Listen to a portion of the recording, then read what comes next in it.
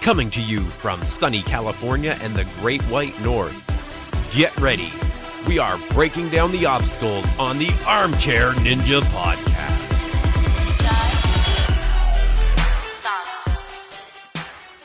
Hello, everyone, and welcome back to the Armchair Ninja Podcast. It is Friday, October 5th, 2018. My name is Rich, and joining me once again is Bijan. How you making out? I'm good, man. We are officially on the off-season. Yeah, if you can call it that, because we have so much to cover.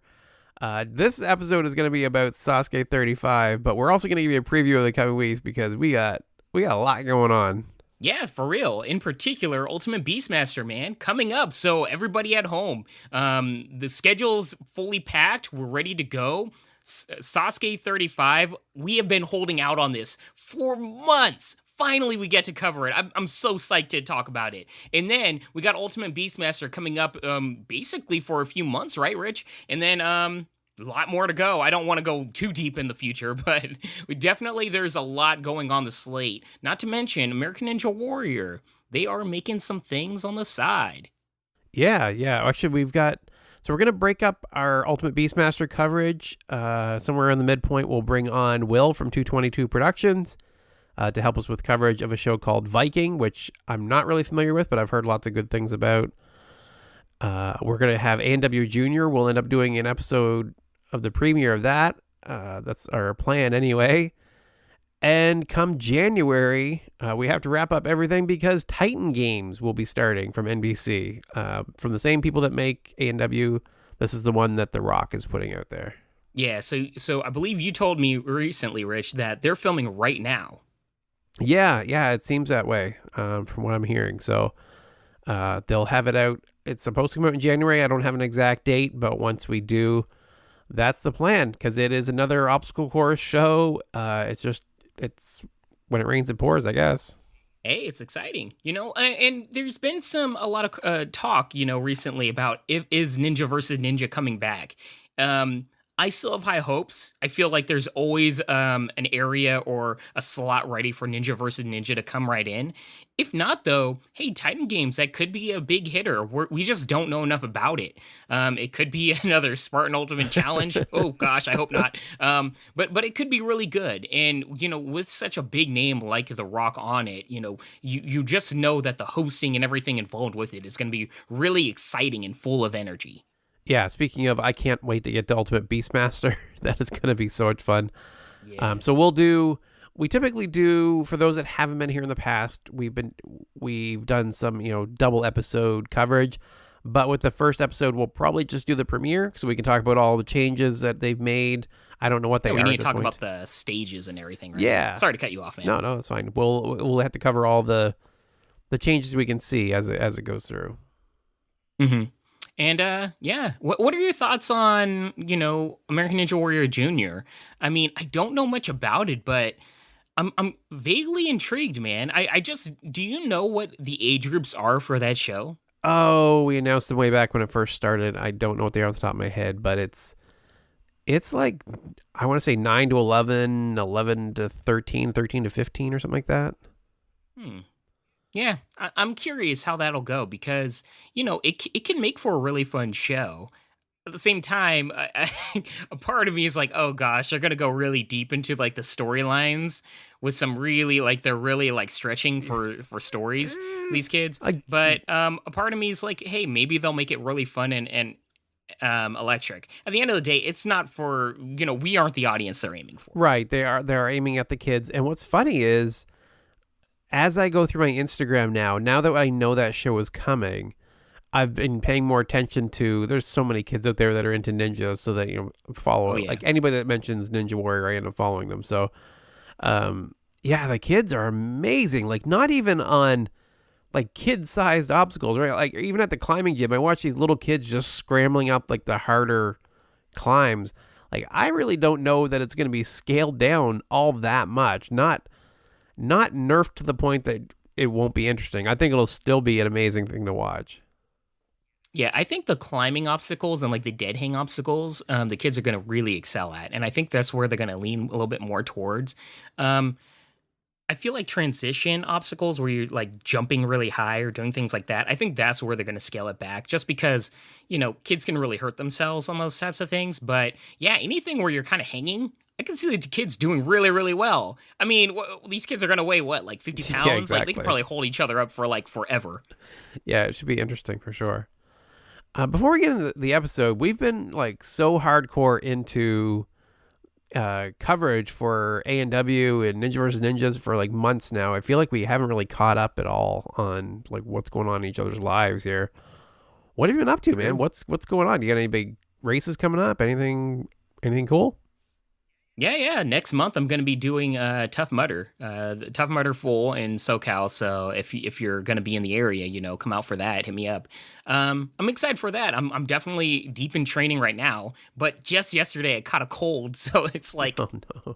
it's so frustrating not being able to train. But I'm just chugging water, trying to get healthy, as quickly as possible. But I've been doing basically 2 hours on the treadmill at 4 miles per hour and 6.5 miles per hour. Basically, a fast walk to a jog. It's fast walk to a jog, like, switching in and out between them at different angles. And that'll train my legs for long-term endurance.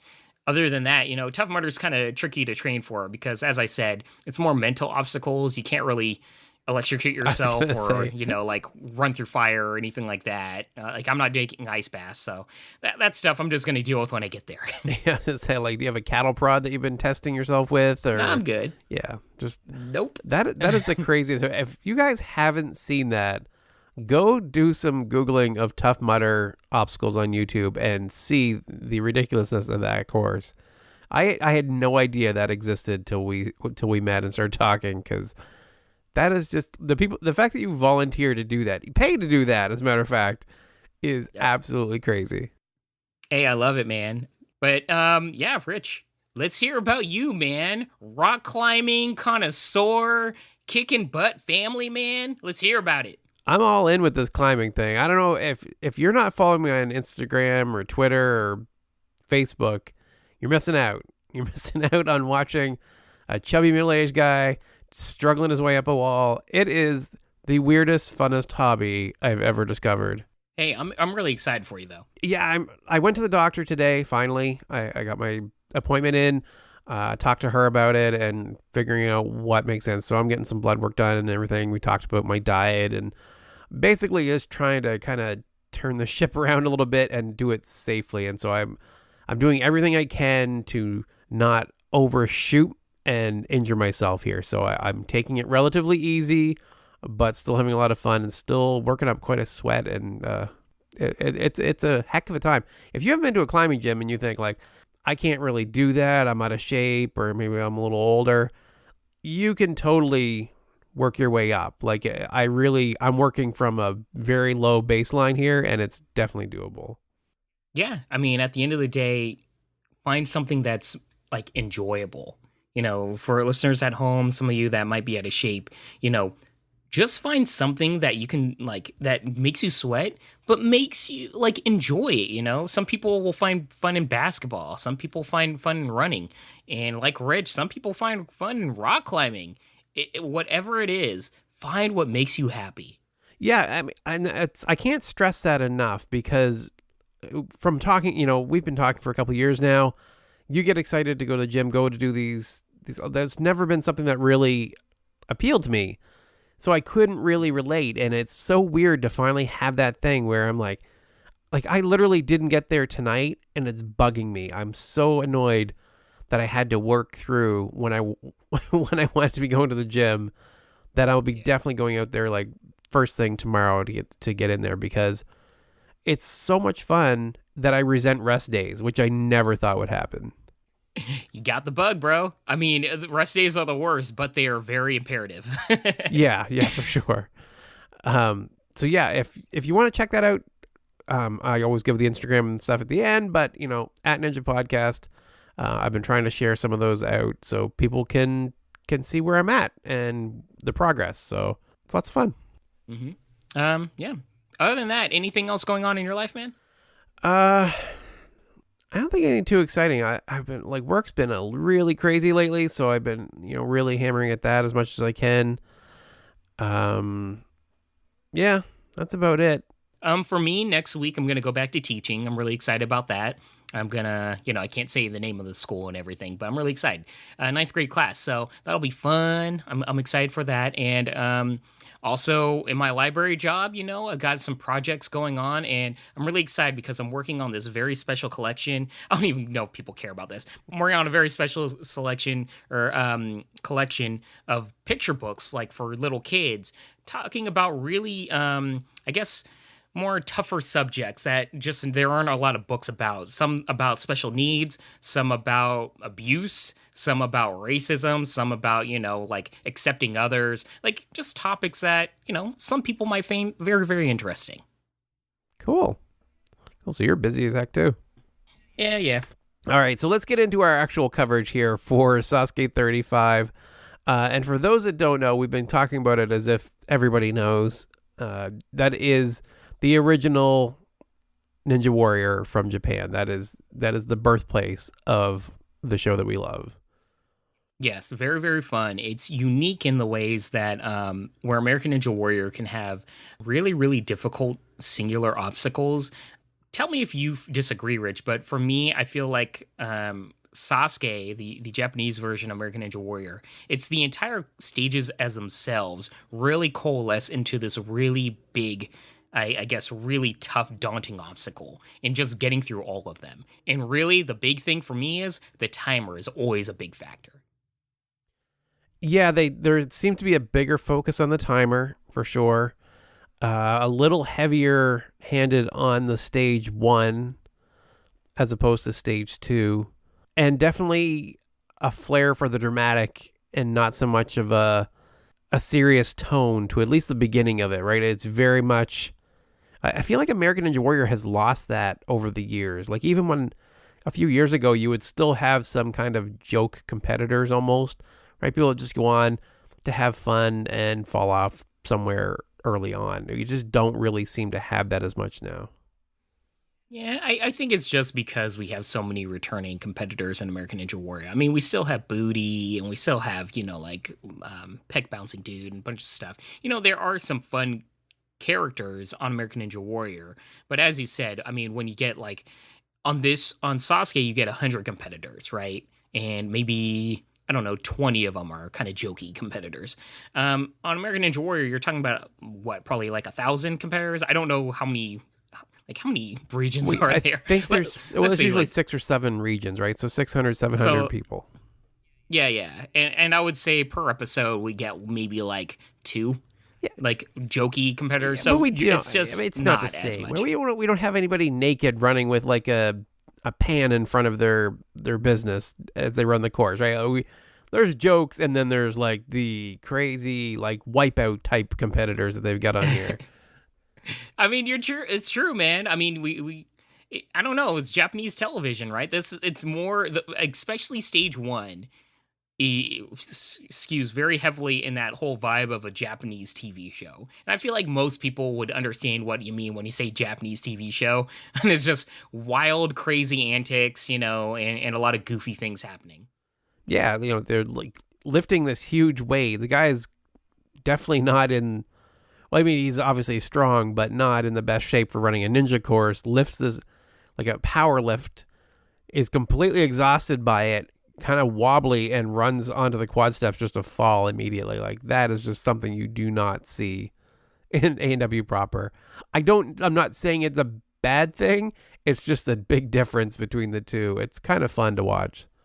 Yeah. I mean, for Sasuke, I feel like stage 1 is really, well, I think the big difference, right, is American Ninja Warrior is a full-on show with an entire season, whereas Sasuke is I believe, like 3 to 4 hours special, and that's it.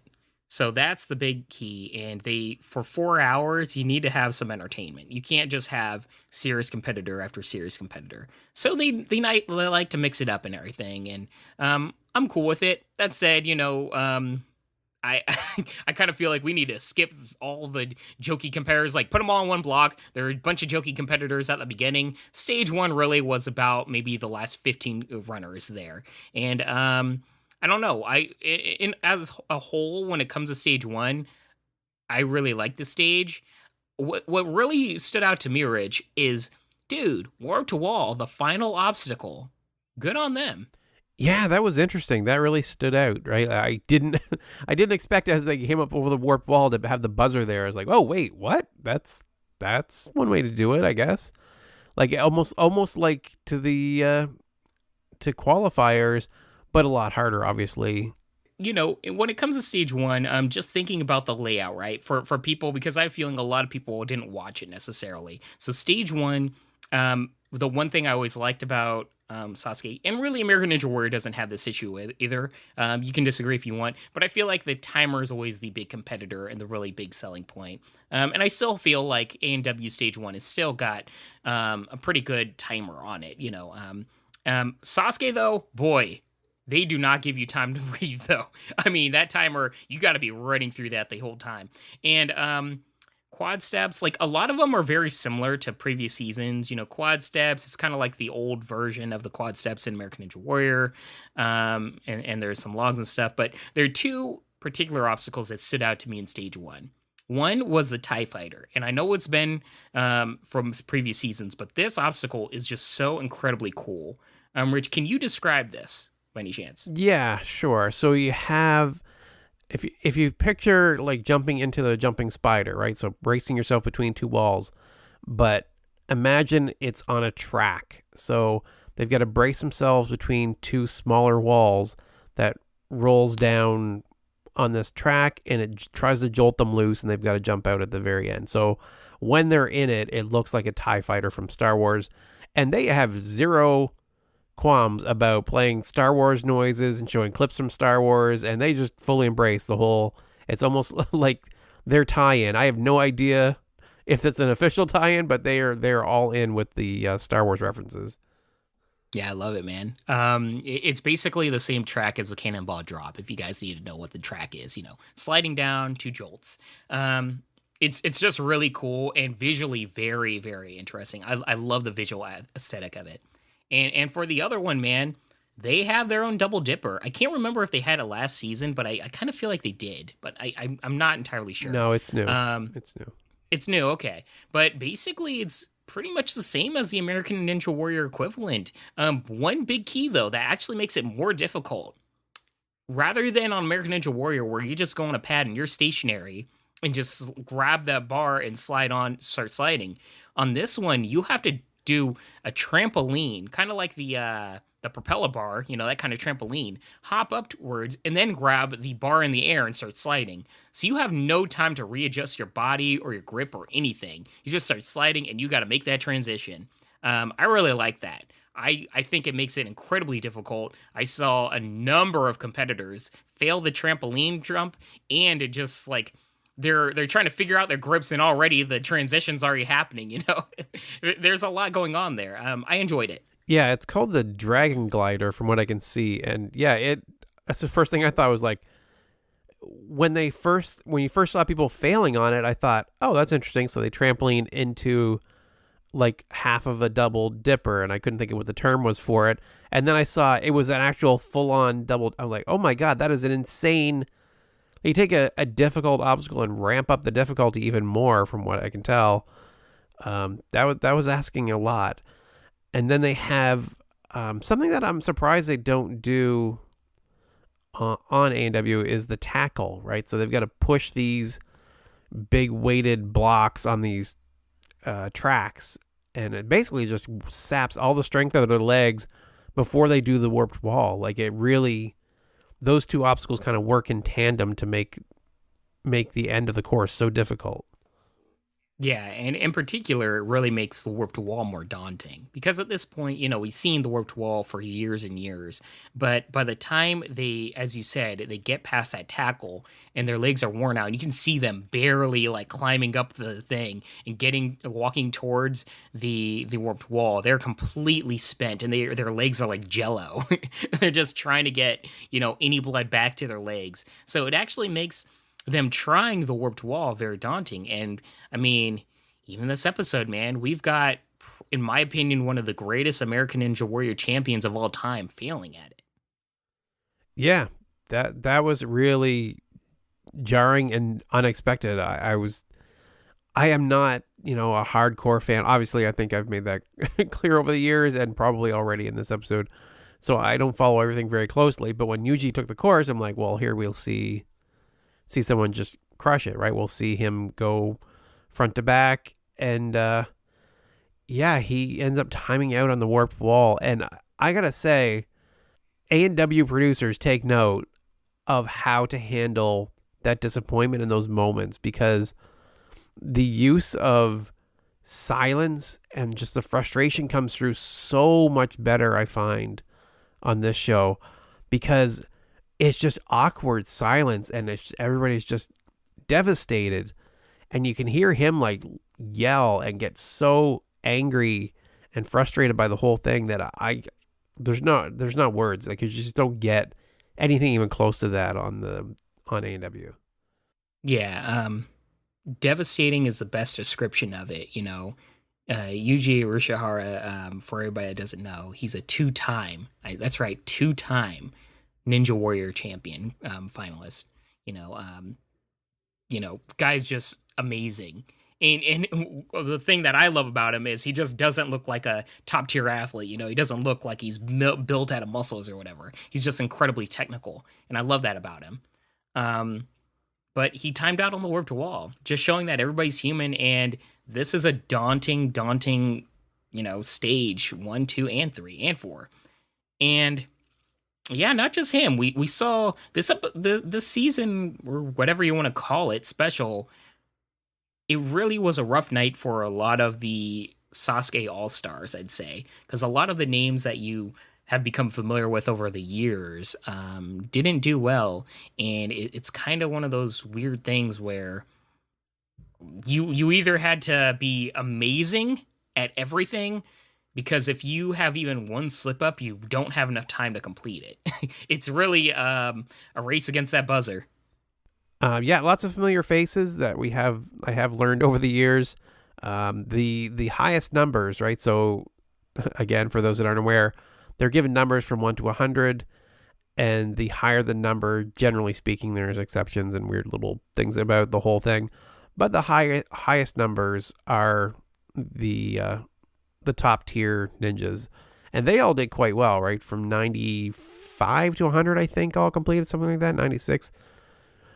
But there's a lot of other, very strong ninjas throughout that didn't do so well. We actually had 8 finishers out of 100, which is, it seems fairly typical of the few that I've watched, but obviously low compared to what we're used to seeing on other shows. Yeah, I think it's, I don't fault necessarily the competitors or anything. It's just a different type of competitor. Sasuke, there's the 15 or so people that have dedicated their lives to training ANW on the side. And then there's a bunch of other people that don't. Whereas on ANW proper, probably 80% of the people Right. train all year round. So it's just different, That said, we got our favorites. Drechsel, by the way, is, a hallmark foundation in Sasuke. He's definitely known as the American, that's always there and always making it far. And of course there's Yusuke Morimoto, he's the last guy to hit the buzzer, right? The guy that completed all the stages in Sasuke, and he's still very young. And in my opinion, this is my humble opinion, if all the top ninjas were to compete on the Sasuke stage 4 and Sasuke stage 3, I think Yusuke Morimoto would be my top pick to completing everything. Over Drew Drechsel, over Joe Moravsky, over Isaac Cadiero, over Jeff Britton, over Sean McCall, and everybody else. In my humble opinion, the Sasuke stages 3 and 4 are the hardest there are in the world out of all the other Ninja Warrior shows and competitions. And I think Yusuke Morimoto is the most solid competitor there is for those stages. It's hard to argue that after watching this episode. So is there any other competitors? Obviously we have to mention number 71. I'm gonna totally butcher this name. Wataru Mori. Who's that? He's the guy who fell in the steps last year. His wife has a unique voice, I guess you could say. Oh. And she was back. I was very excited to see that. She's like the sweetest lady, and she had their young child with her. So this was a redemption year because last year he fell on the steps. I'm kind of giving you a hard time because you got so annoyed last year. But at the same time, I actually was really pulled into this because he fell so early last year. I wanted to see how far he could get. No, you weren't. I really was. I'm not even joking. I was. So he gets to the wall. He had 10 seconds left, and he ended up missing it in the end. And I was so upset. I thought for sure he was going to make it to stage 2. Yeah, I'm so heartbroken. I'll just say this, they spent a lot of time on his wife in the lead up, and I was turning red, but they got it over with, and they moved on, and I moved on with my life. That's probably best. I was also disappointed. Kong, one of the few competitors that I know quite well. He sticks out visibly, right? So he's very memorable. He ended up jumping, like he had this weird fall on the double dipper. It was like he had almost a similar problem that we saw. I say double dipper, sorry, the dragon glider. I'm gonna call it the double dipper. I mean, everybody else is gonna know it as that. Yeah, might as well. He ended up going off the tracks, but it was very similar to falls we had seen where people had almost like too much speed, and it just threw them off. Yeah, I mean, it's tough to see that, especially for a competitor so strong as Kong. But I don't know. The main names that I was really, really hoping for to see go further, at least they made it. I wish more of the old school All-Stars went further, but I mean, they're getting older, so what can you do? Anything else you want to talk about on stage 1? Because I'm really interested in your thoughts on stage 2. Yeah, I think that's everything. The big ones I had anyway. I really liked right off the bat before I even saw the run. Hyoki Masashi, number 60. He actually made it through. He's the first guy to do it. Does really well this episode. Yeah, he was kind of like the Cinderella story of this episode of everything. Yeah. I remembered him too. I'm sure I remember him from before. As soon as I saw him, I was like, oh, that guy should crush it. He was really good last time. He's the guy with all the kids, right? Like, or kids around him cheering him on? Yeah. Maybe that's why. He stood out. So let's take a look at stage 2 here. So 8 people made it through. Stage 2 is interesting. I still like this ring slider that they start with. It's basically like... Yeah, it's kind of like... Well, you describe it. Go ahead. I was going to call it like the lollipop drop. I don't know what you would call it. It's got two... It's got 2 rings. Lollipop drop. 2 rings. Until I went and looked up the name of it. That's what I had labeled it as.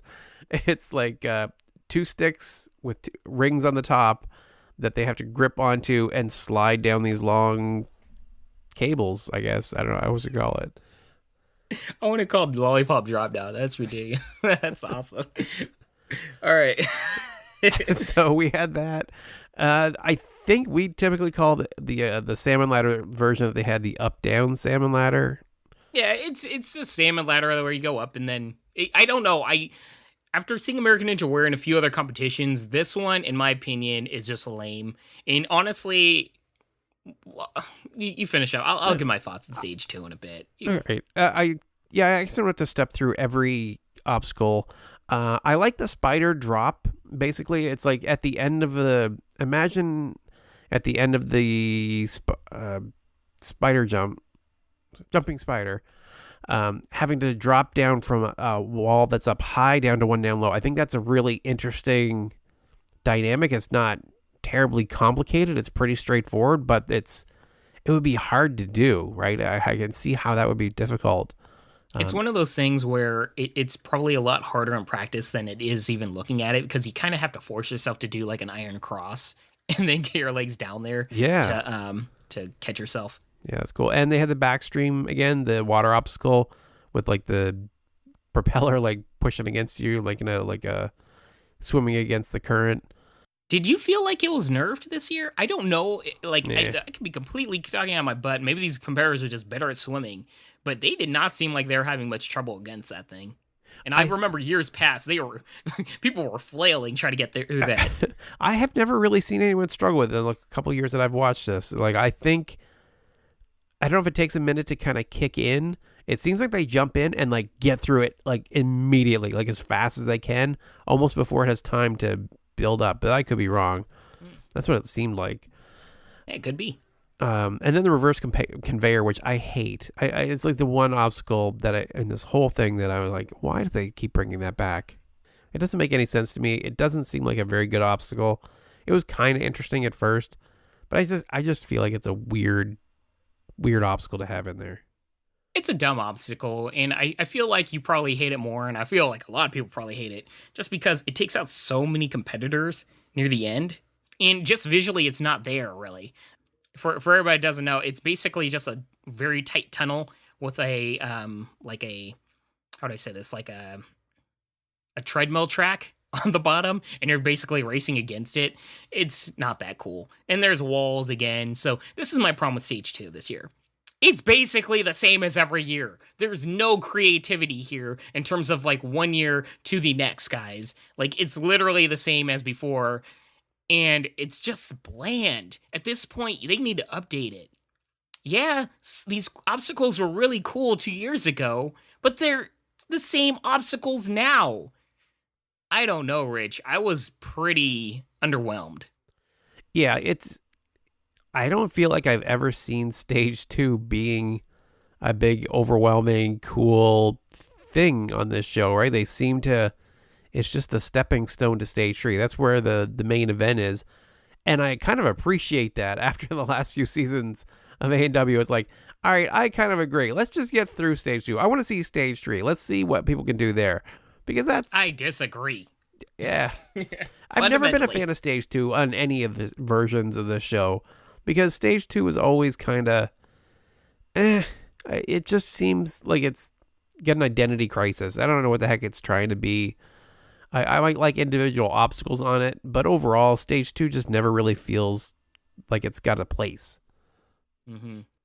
I think they just need to figure out what skill or whatever you want to call it to tackle when it comes to Stage 2, and just find some creative things to do with it, you know. They don't even need to make it insanely difficult like ANW, but just have some creativity. I mean, do we really, really need at this point that conveyor belt, or at the very least those walls at the end of this thing? I like the jet stream. I feel like they can change it up quite a bit. I know it's called backstream, but I like jet stream more. Whatever. And once again, the salmon ladder, really? You're just going up the salmon ladder and back down the salmon ladder, and you're not even hopping the bar from one side to the other, guys. They literally just go to the top and they like grab off to the next one, perpendicular from them, and then they start going down. Like, there's so much more you can do with these things. Change it up just a little bit at the very least. Give me something. Yeah, I could see that. But of the 8 finishers, we had 5 of them make it through. I don't have anything terribly interesting to say about the runs themselves. Not really, no. I mean, there was one cool run. I forget his name, but one competitor basically hit the buzzer in less than a second.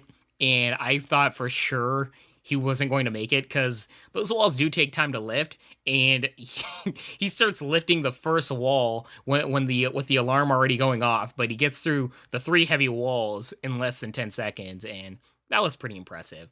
Drechsel made it look easy. Yusuke Morimoto made it look easy, and what can you say? It's this. When it comes to Sasuke, in particular, the more recent seasons of Sasuke, it's really about Stage 3. All right, so moving on to Stage 3, the meat and potatoes of the whole thing here. We've got 5 competitors entering, and it starts with a flying bar, which I don't get the way they've got this laid out at all. The pipe slider to end it and a flying bar to start it just doesn't seem right to me. It's weird, but I slightly get it. We'll go into it, but I still think, and you can disagree with me, I want to hear your thoughts, but I genuinely believe this is the hardest Stage 3 there is in all the world. Yeah. I want to hear if you compare, if you think differently. I mean, we don't know. We don't get to see stage 3 on ANW, so it's hard to really judge. You saw stage 3. They went down the obstacles. Don't try to front, bro. I mean, really. We You didn't try get to see cop anyone out. attempt. No, this is the hardest one I've seen anyone attempt, let's just say, because they can't even get past the cliffhanger on ANW. Okay, Cliffhanger. Which one's harder? I will say this. This is an incredibly difficult course. I'll say the Cliffhanger on this course is harder than the one on A&W also. Yes. Yes, it is. Very much so. And Vertical Limit looks insane. But let's go through it because we're just naming names now. Yeah, we are. So, flying bar, everyone should be relatively familiar with. Jumping the bar from cradle to cradle. Sidewinder is basically like very long punching bags dropping from the ceiling, and they gotta move between them. Planet Bridge, it's called. I originally just labeled it the world's hardest body prop. This is so cool. Yeah. It's like a body prop, but it's not at the same time. Or like they modify it. Like everything that's lame about Stage 2, they put all the creativity and like modifications in Stage 3. Go over like what makes this so awesome, man. So imagine stationary globes as the hand portion of a body prop. And they're spaced a couple feet apart. So you got to kind of hold these big globes with your hands and press with your feet against the wall on the other side and make your way across. And it's not like 2 or 3 of these things. It is like, I don't know what it is, 7 or 8 of them by the looks of it. Yeah. Yeah, kind of a nuts obstacle. That would be so difficult. You don't have a flat surface to press your hands against, right? You've got to kind of adjust your grip, and trying to bridge each of those gaps must be incredibly difficult. Yeah, not only that, I mean, at this point, they control how you're holding yourself up. On the body prop, a regular one, you can like hold yourself up in any different way, like with any wingspan that you want. If you want your hands 2 feet apart from each other, you can do that. And you can shimmy just along like that, or however you want to do it. On this one, your hands have to be completely close together and holding yourself up that way. And if you guys just press your palms to each other and push out, think about holding yourself up like that. No, thank you. And then you got to spread out far in with your legs and your arms and do that and holding yourself up. I mean, it is very, very difficult. But what makes it even more trickier, Rich, is the fact that the leg portion of the body prop that they have on this is going in and out the whole time. So you're on this conveyor belt type thing, or not even conveyor belt. Like, how would you say this, Rich? Like the portion where you're holding on your legs, holding yourself up, you can't just press and you're just staying there stationary. It's always squeezing you together like your knees are going towards your chest. And then you're going out where you're freaking, I don't know, doing a full-on spread, right? I feel like I missed something on this obstacle. I'm trying to picture what you're saying, and I am totally lost. What do you mean it was going in and out? I am totally... Did you not see this? The coolest out, portion of this? Apparently I missed something here. Yeah. Dude, the coolest portion of this was the fact that the leg part of the body prop, it went inwards and outwards. So it like the base portion where they put their feet on, it moved towards the globes, and then it moved away from the globes. So the competitors would always have to time it, like look at it, and then try to get through it as quickly as possible. Because, some of the competitors didn't want to be fully spread out with their arms like fully above their heads and trying to hold themselves up. And some competitors didn't want to be squeezed up like a damn turtle trying to get through this thing.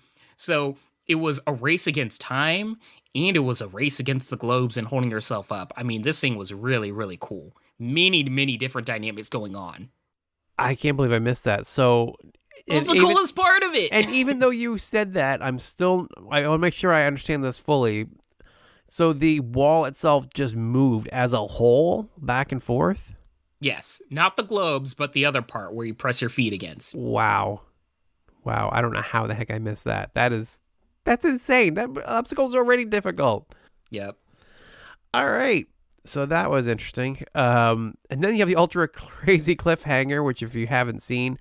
Imagine a cliffhanger edge that looks, like it doesn't have a ridge to grab hold of, so a little more difficult than we normally would see. It's like a narrow ledge to grab and jump back and forth twice for.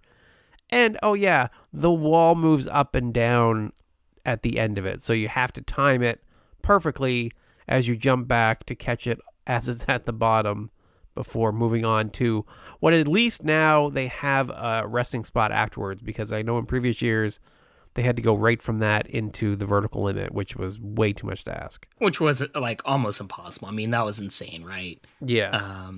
Yeah, I really, really liked the addition of this resting portion because it's not a thing where, I mean, I don't know if you caught this, Rich, but one of the competitors, I think it might have been Drew or somebody else, but they timed him down. You only get a certain amount of time resting between obstacles in Sasuke.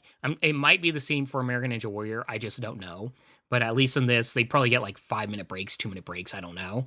But get that break, rest your fingers, but you just did the cliffhanger and a bunch of other obstacles. Like they're still in a lot of pain going into this vertical limit. And why don't you explain what the vertical limit is? Because in my opinion, this is probably the hardest stage 3 obstacle in just Ninja Warrior history. Yeah. So vertical limit. Oh boy. How do we describe this? It's similar to a cliffhanger, but you have to grab it from the bottom, and there's not much of a ridge to actually grab hold of. It's a centimeter. Yeah, it's like trying to grab the bottom of a wall and hang from it and make your way across. And then you have to, once you get to the end of this first wall, transition to one that's a few feet to the side, and then along that for a little bit, and then a couple feet over again to a third one before dismounting. Like it's ridiculous. It really is ridiculous in a way that I actually didn't know that it was possible. Yeah. I mean, this is one of those obstacles where if I never seen it completed, I would have said it's impossible. I think we have said it in previous seasons, but I mean, that was accounting for the no rest area too. But even still, it's like this thing just looks crazy. But we did get to see it, and it was not the real life ninja Drew Drechsel that was able to get through it. He was halfway along the first wall when he dropped, even though he did fantastic up to that point. Right? He looked superhuman, man. I mean, Drew Drechsel, as always, looking amazing on it, and he got through that really cool cliffhanger, which I find really, really hard. But I mean, Drew Drechsel failing at the vertical limit really shows, in my opinion, just the level of its difficulty. Because he didn't just fall, like he struggled immediately. Like he got on that thing and he started shaking. Yeah, and he's trained for it. We know he knows it's there. It's been there the past years when he's been on stage 3. And not only that, like it wasn't that he tired himself on previous obstacles, right? It wasn't like he had a struggle that kind of wore out his arms. He did them all very efficiently, about as efficiently as you can imagine. So much so that I love when it cuts to the other competitors and they're laughing in the same way that you see on ANW, where people are just like, what is with this guy? Like he is superhuman the way he does these things. And you just kind of laugh sometimes, like, wow, just in awe. Mm-hmm. And in spite of that, he was not able to complete vertical limit. And same with Tomo. Who also did very well, was able to beat Cliffhanger, made it to vertical limit, and he wasn't able to make the transition from the first one to the second one. So he got a little further than Drew. And then Yusuke Morimoto comes out and beats the whole freaking thing. Unbelievable. I did not see that coming. Yeah, Yusuke Morimoto is absolutely a brilliant, amazing competitor. He's still very young, too. I think he's in his mid-20s. And just brilliant with how he moves. He's very similar to Drew Drechsel in the fact that he has very efficient movements and doesn't waste a lot of energy. Even when he was running, Drew Drechsel was making comments to his friends, and it was on the thing where Drew Drechsel was like, he makes it look so easy. Yeah, when Drew is on the sidelines going like, he makes it look so easy, that says something. Yeah, for real, man. And it's true. I mean, the guy's it's simply a treat to watch him. And I implore everybody at home, if you want to watch anything, or if you're somewhat curious about Sasuke, just watch this guy's run on stage 3. I mean, they'll tell you everything you need to know about this guy. And he makes the vertical limit, an obstacle that's just destroyed everybody in its track for years now, he makes it look like a joke. I mean, he goes through it. He's keeping the L's. He's going through the whole thing, no problem, not really shaking, and he just powers through it and moves on. Looks like he's tired when he gets to the resting point of the next obstacle, but he's not like, oh my god, it's the end of the world. He just rests, gets to that pipe slider, and completes the whole thing. Good on that guy. And I gotta tell you, Rich, I was so incredibly excited to see somebody go towards stage 4 again. How many years has it been, bro? It's been a while. It's been since his last time. Yeah, his last time. So what is that? 31, I think it was. Yeah, I believe so. It was 31 or so. Yeah. So it's been a while. I was excited. And like you said, he comes off of it, and it kills me to make this comparison, but I gotta say it. Like, he comes off it looking like Isaac did, not like Jeff did. Like, he looked like he had lots left in the tank to take down stage 4. Yes. And I was excited because I've always been a fan of Sasuke's stage 4. And dude, I don't know if they just recently made this modification, they did, I think. But we got to talk about their stage 4 because this is what I've been talking about. Actually, I'm pretty sure this is the exact thing I've been talking about for years now, right, Rich? It is. It is so exactly what you've been requesting that I was thinking maybe you had already seen it or knew that this was here. I swear, y'all, I didn't. I legit didn't. And I was like, oh my God, it's the thing I've always been asking for. And I remember Rich and everybody else talking all this crap, being like, oh, what's the point? That's asking too much. Blah, blah, blah. All this stuff. No, this is what a real stage 4 is about, y'all. Yeah, I can't see this ever needing to change. Like, this would never really get old. This is a great test of everything to finish off the whole thing. So it is a giant spider climb into a 16 rung salmon ladder and finishing it off with a rope climb. Like, you're still climbing this mountain, but you've got to have a lot of skills and a lot of strength to pull this one off.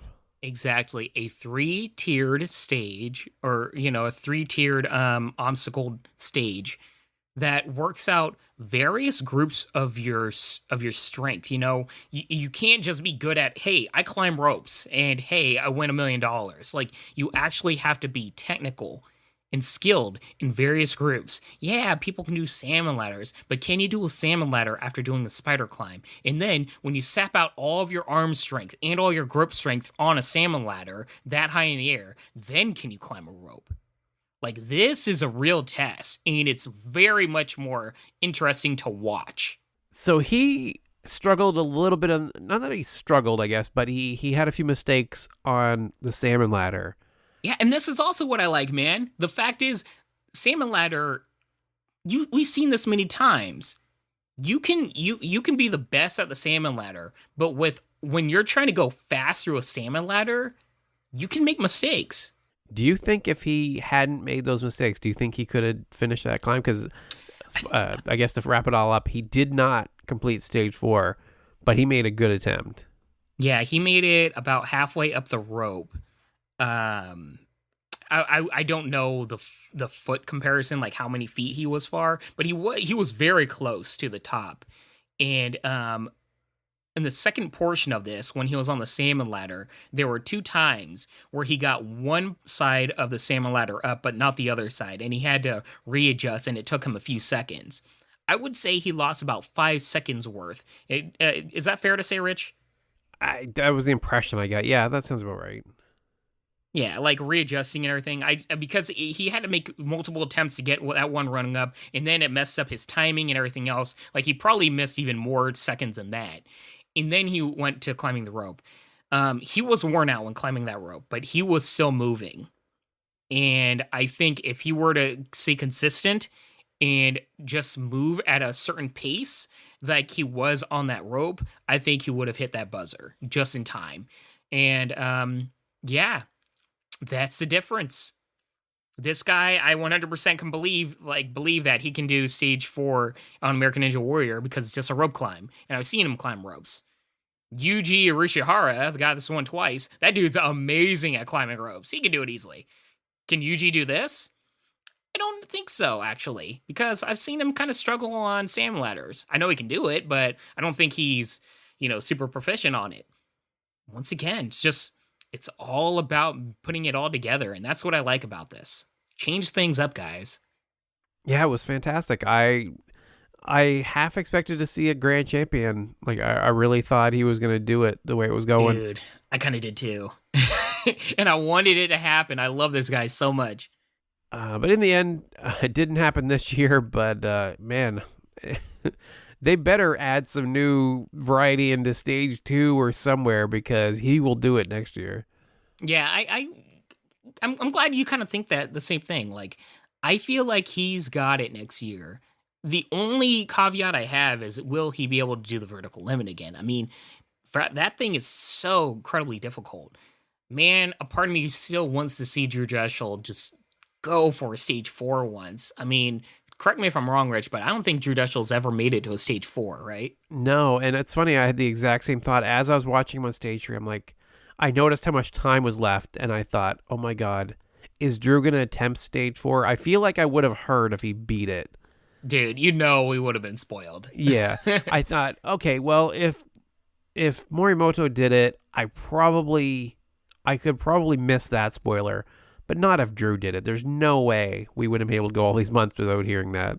Yeah. But yeah, he's never attempted it, and that's a bummer. I was like, oh man, like, I want that for him so bad. Like, I feel like he's earned it. Like, he's done so much. He's trained so hard for all these years. He's thrown his life into this sport. Like, whether he beats it or not, I just want him to have that attempt. Yeah. I mean, a part of me still thinks that eventually he'll get there. On American Ninja Warrior, of all things, it's really that the cliffhanger that gets him. And it's interesting because the cliffhanger on Sasuke is, in my opinion, far more difficult.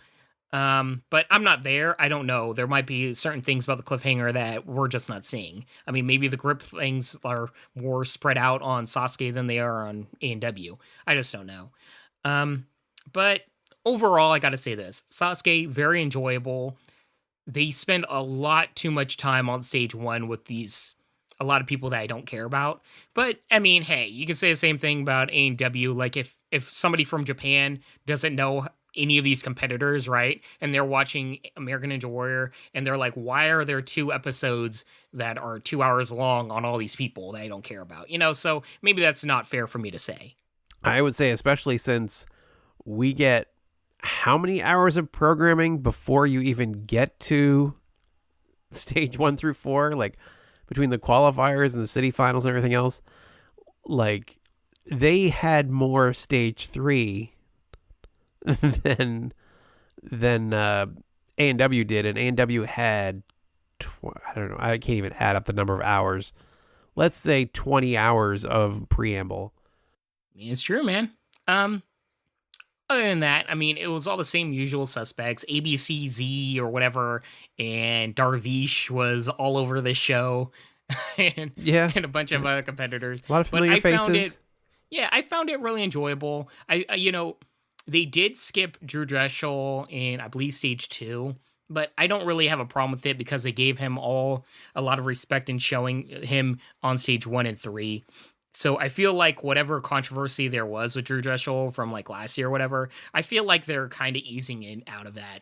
And I'm glad because honestly, nobody needs that drama. But yeah, overall, I enjoyed it. I thought it was a great episode. Great special, great whatever. Glad we covered it, and look forward to the next one. I assume there's going to be another one. Heck yeah, man. And I just got to say this, I'll keep it short, but man, it hurts me of the fact that, Esquire Network was going to rekindle, Ninja Warrior proper, where it's Sasuke with subtitles, and getting these shows and these specials. And Oh, it was bought out and now we never get to see it. And that just sucks. I really hope whatever, I forget the name of the new network that used to be Esquire. I hope they just, take a look back at Sasuke and think and see that there's a lot of potential there that I'm sure a lot of fans would really enjoy watching this stuff subtitled. So before we wrap it up for this week, Bijan, did we get any 5-star reviews this week? Yes, we did. Big shout out to Kimberly Today. Thank you so much for your 5-star review. She wants to give a very special shout out to us in terms of us giving a lot of backstory to American Ninja Warrior proper, and like really going in depth with like the storylines and discussing what's going on with all the ninjas. Very much appreciate all of the very, very kind words that you said about us. And she also wants to say Anna Shoemaker, her favorite female ninja of the year, reminding her of Jessie Graff. I very much can see that, Rich. She kind of has some of those same penchants, really strong upper build and very strong, like, how do I say it? It's like when she goes through an obstacle, right? She kind of powers through it, muscular. Also, kind of like Jessie LeBrec. Basically, Anna Shoemaker is like both Jessies. Yes. And I don't know. Just once again, thank you so much, Kimberly. Really appreciate it. And Kimberly, today, you are the 5-star reviewer of the week. Thank you so much. Yes, thank you, Kimberly. And so that is it for our coverage this week. Thank you so much for listening. If you'd like to reach out to me or you'd like to see a chubby guy fall off a wall, you can find me as @NinjaPodcast on both Instagram and Twitter. You can email me at rich@ninjapodcast.com. And Bijan, how can they reach you? Hit me up at Twitter and Instagram at Bijan151. That is BIJAN 151. All right. Thank you so much for listening, and I hope you have a fantastic week. Arigatou gozaimasu.